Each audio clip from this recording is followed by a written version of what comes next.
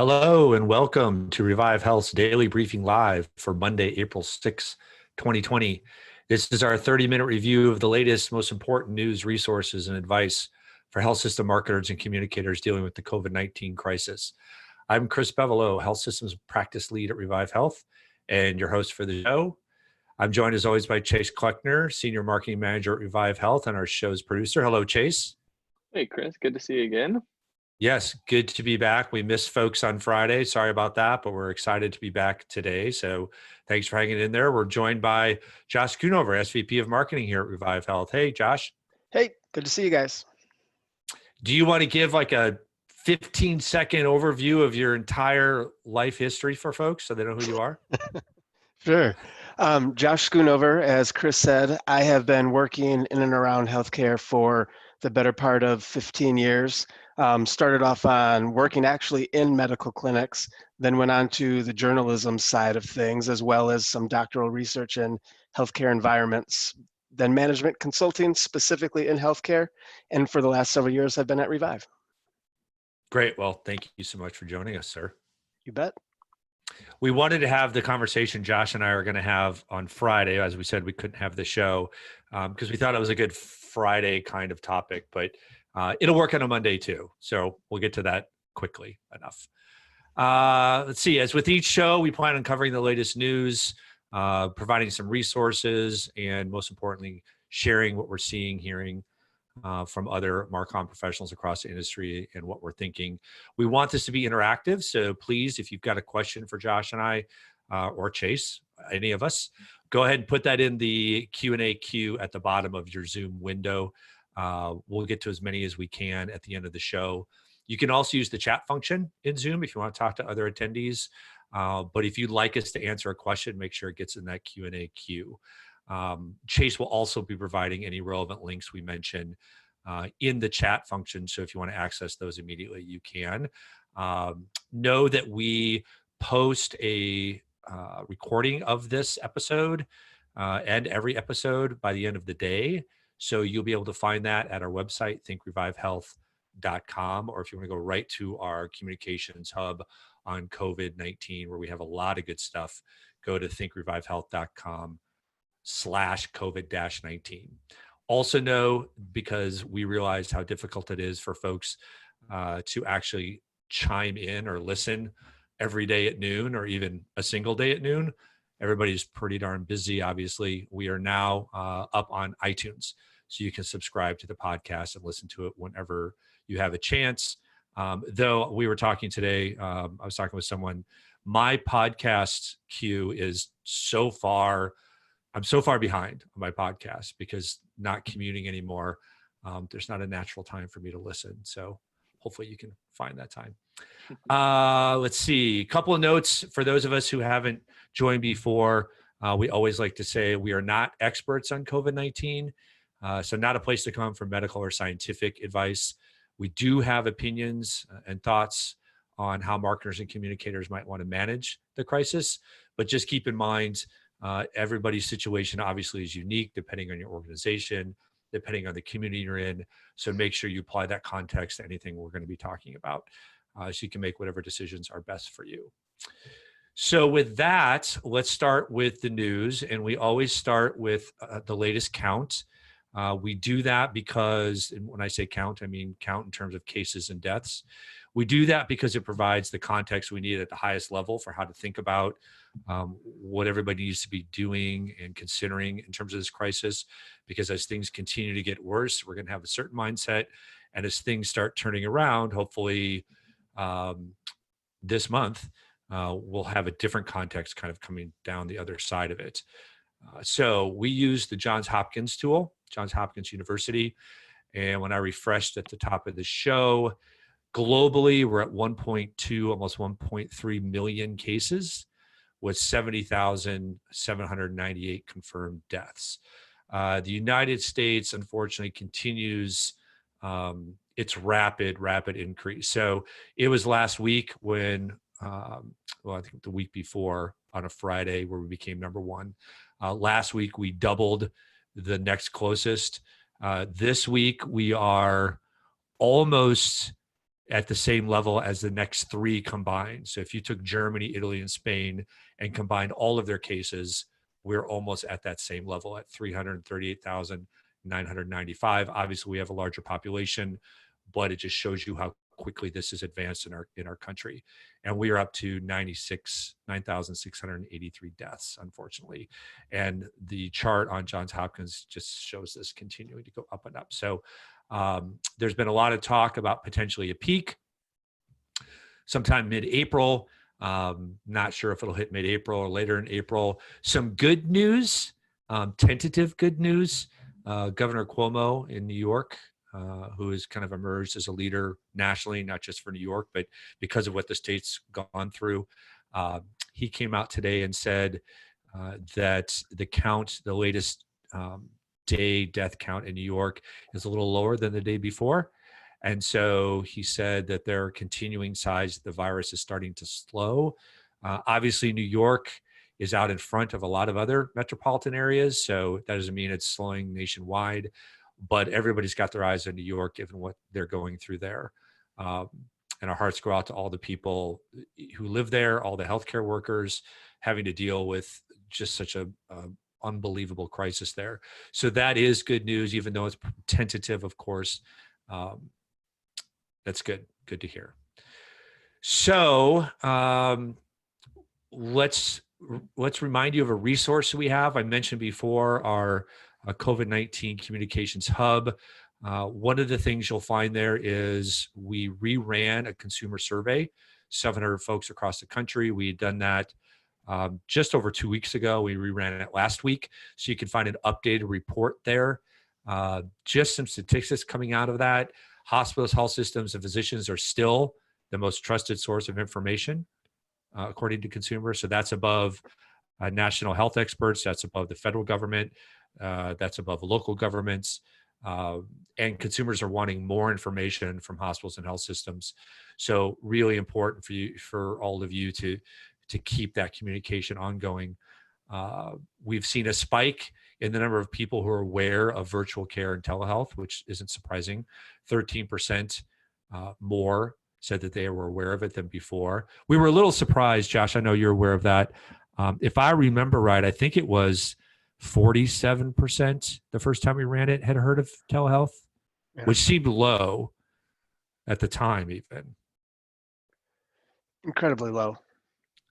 Yeah, go ahead. I was just saying, it's really interesting that knowledge of it seems to be lower than we think, but then again, we're having these discussions every day. General consumers may not be, so that might skew our thinking a little bit on that. Yeah, absolutely. So now we're at 60%. We would imagine as things continue that will become even higher. So that's a good thing. And obviously it's driving a lot of change within our systems to ramp up virtual care, to accelerate digital transformation, all of which is a good thing, not just now, but coming out of this. And maybe a negative, one of the things we found is 70% of consumers said they still don't have enough information on how to get tested, which is just, it's hard to believe we're still dealing with testing as an issue in this country. And it's not just information on testing, but we're still seeing shortages. We're still seeing an inability for everybody to get tested who needs to be tested. We've got to get that straightened out. And obviously that's part of why people don't have the information they need, because there isn't access to testing that should be there, right? So make sure you go to thinkrevivehealth.com/COVID-19, where you can access that latest survey. And Chase, I'm sure if you haven't already, we'll post the link in the chat channel. All right, Josh. So what we had decided to do last week for Thursday and Friday, but now Thursday and Monday, was really pivot. So we've been doing this podcast now for 3+ weeks, and the vast majority of the content is focused on what people need to be doing now during the crisis, which of course is extraordinarily important, the top priority. But because we're hopefully only a few months away from emerging, it may be still yet too soon to put a lot of time and effort and thought into what happens next. but it's not too soon to at least start exploring it. And so Thursday, if you were unable to hear our CEO, Brandon Edwards, talk about the business side of emerging from this and what we're calling the rapid recovery, the need for rapid recovery, and really the life or death scenario for health system businesses, for hospitals and health systems from a business perspective, really encourage you to go back and download that and listen to it. That was Thursday. And then what Josh and I wanted to talk about was how might some of the things that we have held near and dear to our hearts in terms of hospital and health system marketing and branding, how might they change fundamentally? I think we are definitely in what we might consider a before or after scenario. So one of those deals where we will look back in time and go, remember before how it was and how much it changed after. And so, for example, people tease me all the time, and I think it's completely appropriate to tease me. The author of the books, Joe Public Doesn't Care About Your Hospital, utterly true up until this crisis. And now we're in a situation where, as we just said, 100% they care about the hospital, and not just in terms of where do I get tested and how do I receive care, but desperate for information and looking to our organizations for information in all kinds of ways. So will that continue coming out of this crisis is part of what we want to talk about, right, Josh? So we've got to, we're just going to put this out there. We don't have the answers. We just want to start asking the questions and start those conversations, because it really does depend on where things go, how bad this becomes, how long it takes us to come out of this, and the state of our industry on the other side. But we've got a number of things that we want to kind of launch into and just explore. So are you ready, Josh, to put on your futurist hat? Sure, let's do it. You look like you're wearing a futurist hat right now. I know. It's fancy. All right. So the first thing we want to talk about is cost. And coming into this crisis, a lot of last year, particularly near the end of the year, and certainly moving into 2020, our focus as an agency was to really draw attention to hospitals and health systems on what we were calling the value crisis. And what we meant by that was hospitals and health systems have increasingly become, one way to put it is the third villain in the high cost of healthcare in the United States. So the typical villains in the past have been pharma and the insurance industry, so health plans. And in large part because of the election, the Democratic primaries, a lot of things, we were seeing increasing scrutiny from the media, from regulators, from politicians, from corporations about the role hospitals and health systems play in the high cost.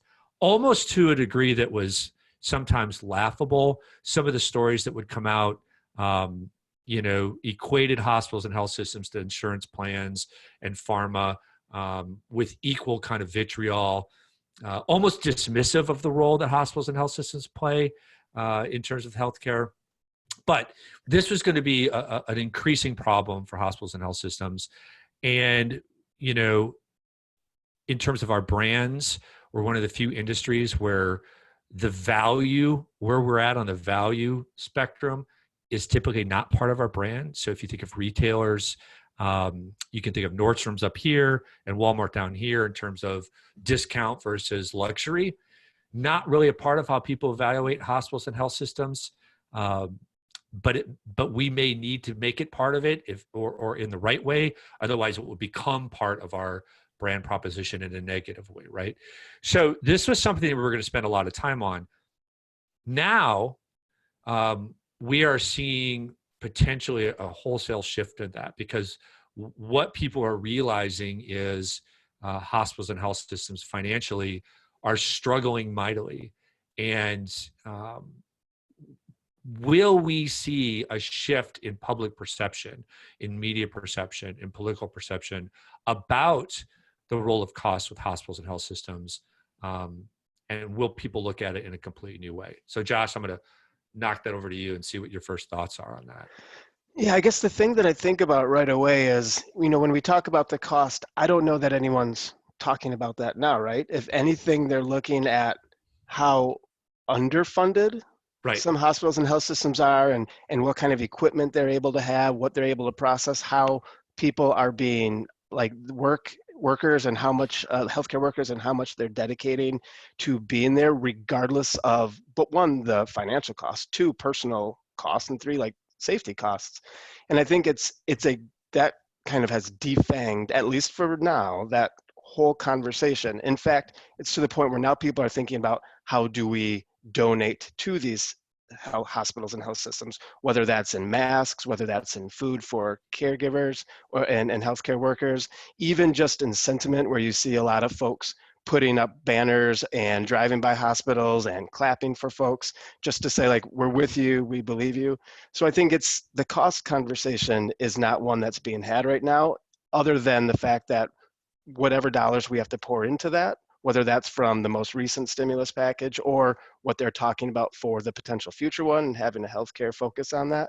But what you are getting is probably a significantly acute appreciation for what hospitals are doing. And that value conversation is just being told in the work that people are doing, the stories of heroism, how hospitals are getting ready to do that. So I feel like this doesn't mean for the long term. And I think a lot of the things that we're going to talk about here, Chris, like you said, we don't know all the answers. And over the long term, those answers may evolve even once we do have them. But what I see now is a really defanged conversation or defanged argument about cost. And more importantly, how do we properly resource health systems so they can do the good work that we need them to do?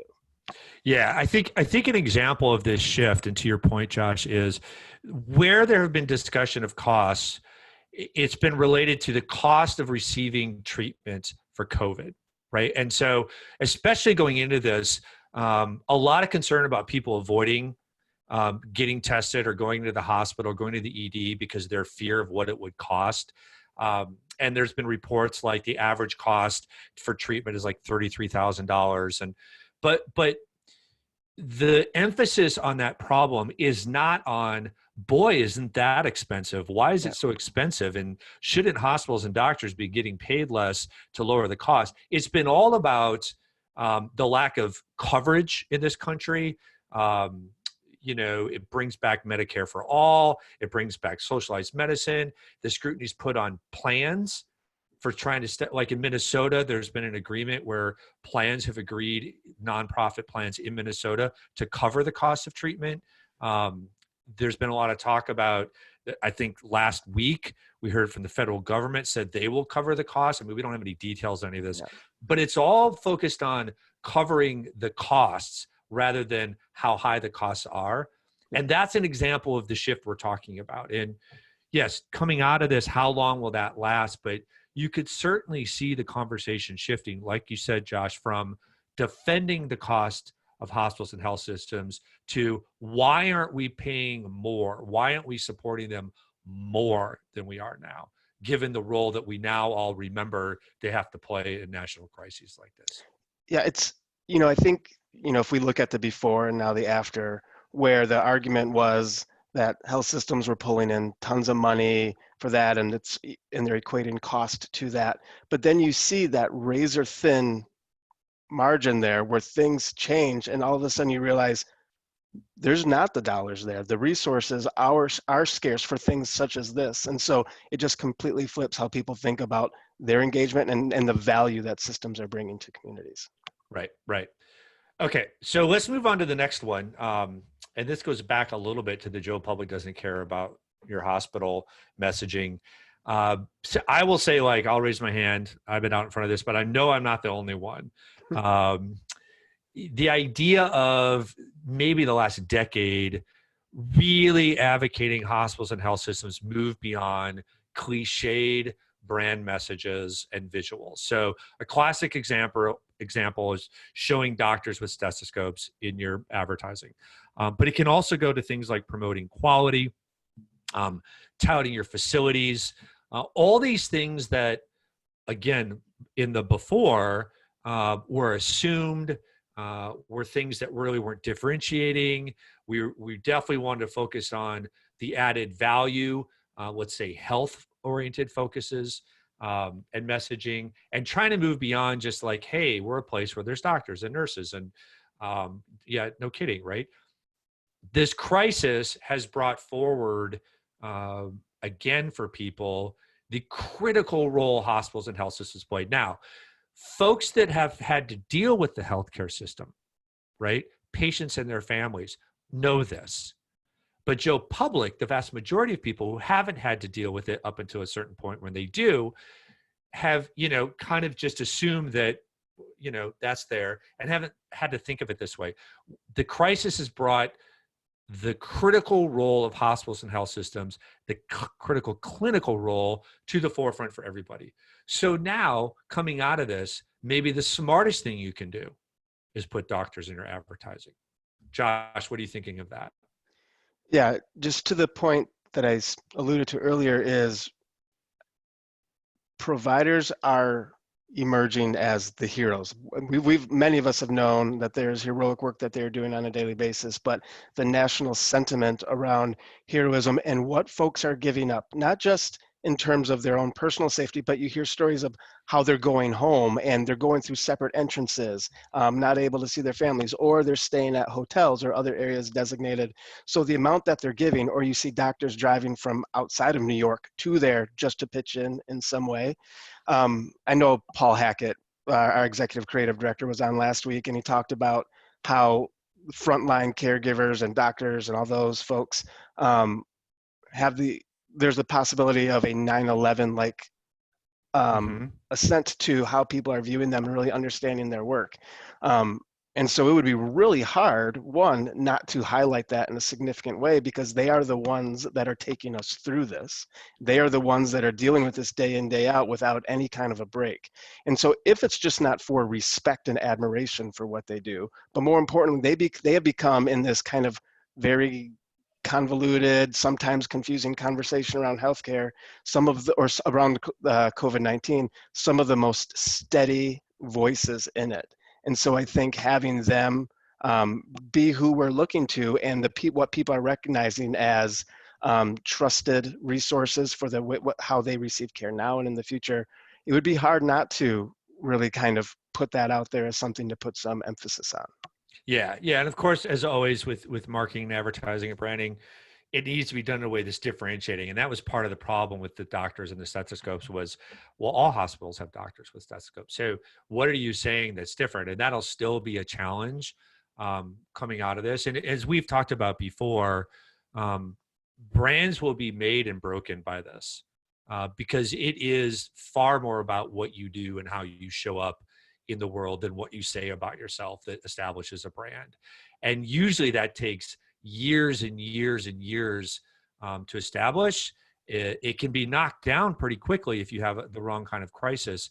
But this crisis, some health systems will emerge in a far different place for better and worse, depending on how they've responded, how they've stepped up to help lead the community, if they've had any issues besides just COVID, but just things that spun out from COVID. So of course, all of those things are going to matter as well. One of the things we were really excited to talk about coming into 2020, Josh, was the idea of a post-health system brand. We have a paper out there about that, which is essentially advocating for health systems to move beyond promoting themselves in their brands to anchoring their brand to something that is an emotional driver in their audiences, right?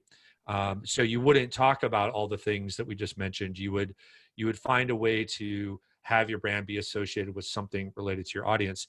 I'm not sure that goes away because there's still going to be ample opportunity to really position yourself beyond just the clinical care. It just may be a choice you have.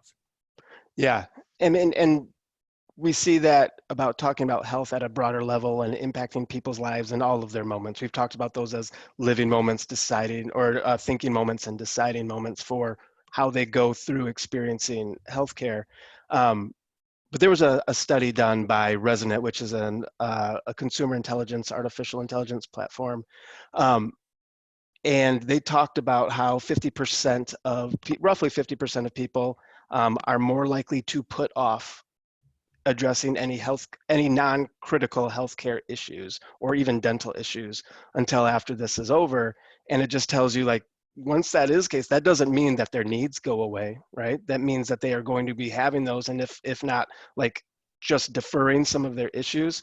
So when we do get on the backside of this, whatever that looks like, we might not just be having a health conversation, right? We're going to have to be talking about acute needs that have gone unmet, or that they have concerns, real or perceived, to address. So we're going to have to talk to those acute moments, not just a broader health conversation. Yep.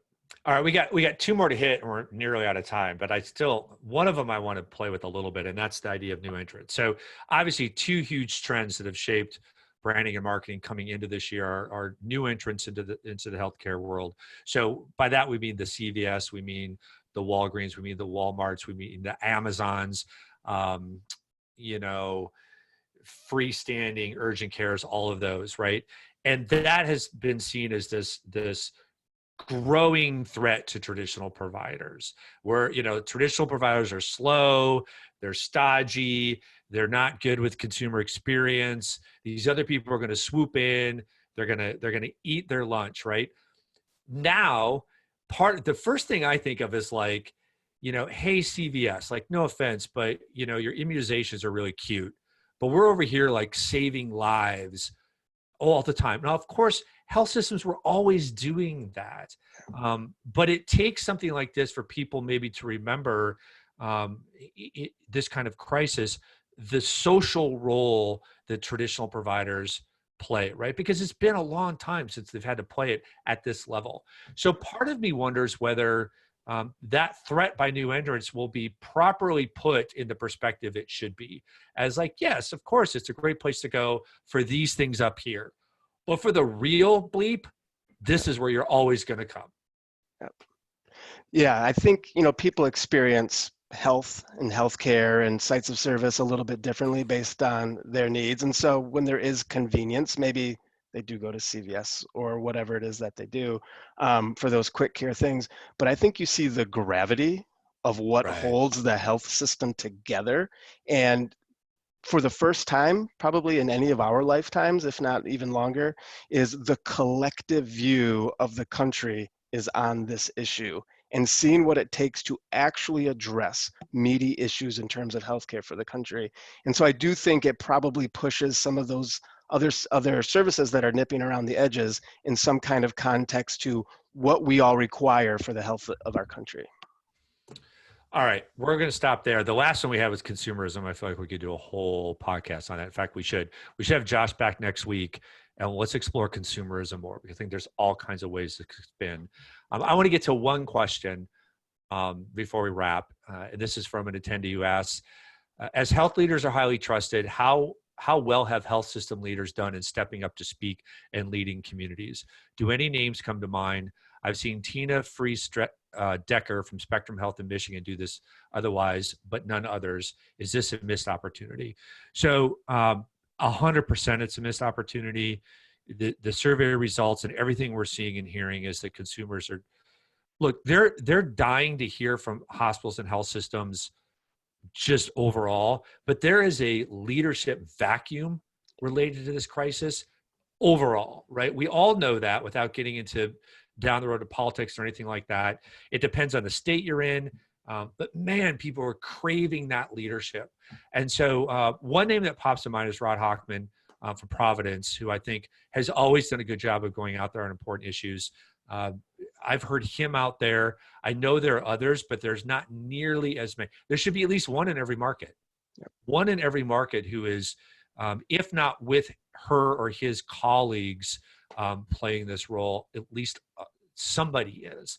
And I think initially there was some hesitancy, but I mean, Josh, you weigh in, but to me, that is an absolute missed opportunity is even the wrong word. It's a missed opportunity for their brand, sure, but put that aside. It's a missed opportunity to help all of us get through this. Yeah, I completely agree. I think no names really rise to the surface of people that I've been paying attention to that I think are doing this. Like, we've seen how certain governors have risen to be the voices of that. I haven't seen that as much on the system side. And that could be for any number of reasons. One is maybe their market hasn't been hit just yet, and the reality is still to come. Maybe it's because numbers are changing by the day. Maybe it's just paralysis from the unknown. But I do think that there is a drastic need, and we see it in the data, that people are craving information, craving some kind of honest interaction and the truth in terms of what they can and can't do and what they should and shouldn't do, even to as simple as what you pointed out, where to get tested. And I think that there is a need, unlike ever before, of having people out on the front, having honest conversations with their communities, and taking that lead role. And it would be great to see more of that happen. Yeah, absolutely. All right, let's go ahead and wrap. If there's something you'd like us to cover, please put it in the chat channel in Zoom right now. You can email me at cab@thinkrevivehealth.com. We want to make sure we're responding to the stuff folks want to talk about. Josh, thanks so much for joining us. Thank you. I loved it. Definitely have you back, dude. And Chase, as always, sir, thank you. Absolutely. We'll see you tomorrow. Yeah, tomorrow we're having David Perry, who many folks know, healthcare marketing expert. He's currently a senior advisor at Stanford Medicine and a friend of the agency. So that'll be a great conversation. We actually have some great guests lined up this week. We have the CMO of UCLA Health, who's going to join us Friday. We have the CMO of UC Davis. So a California heavy week, which is great. It's very hard for folks to find time, and we appreciate them coming on to share their learnings and expertise. So a great week. If you can't join us for any of those, remember, you can go to thinkrevivehealth.com. Banner at the top will take you to a recording or download on iTunes. Make sure you're subscribed there. And again, to all of you out there, the work you're doing is so important to your organizations and so important to us as a country to get through this crisis. Hang in there. Keep up the good work. We will be back tomorrow and every weekday until this crisis passes. Thanks for joining us, and we will talk to you then.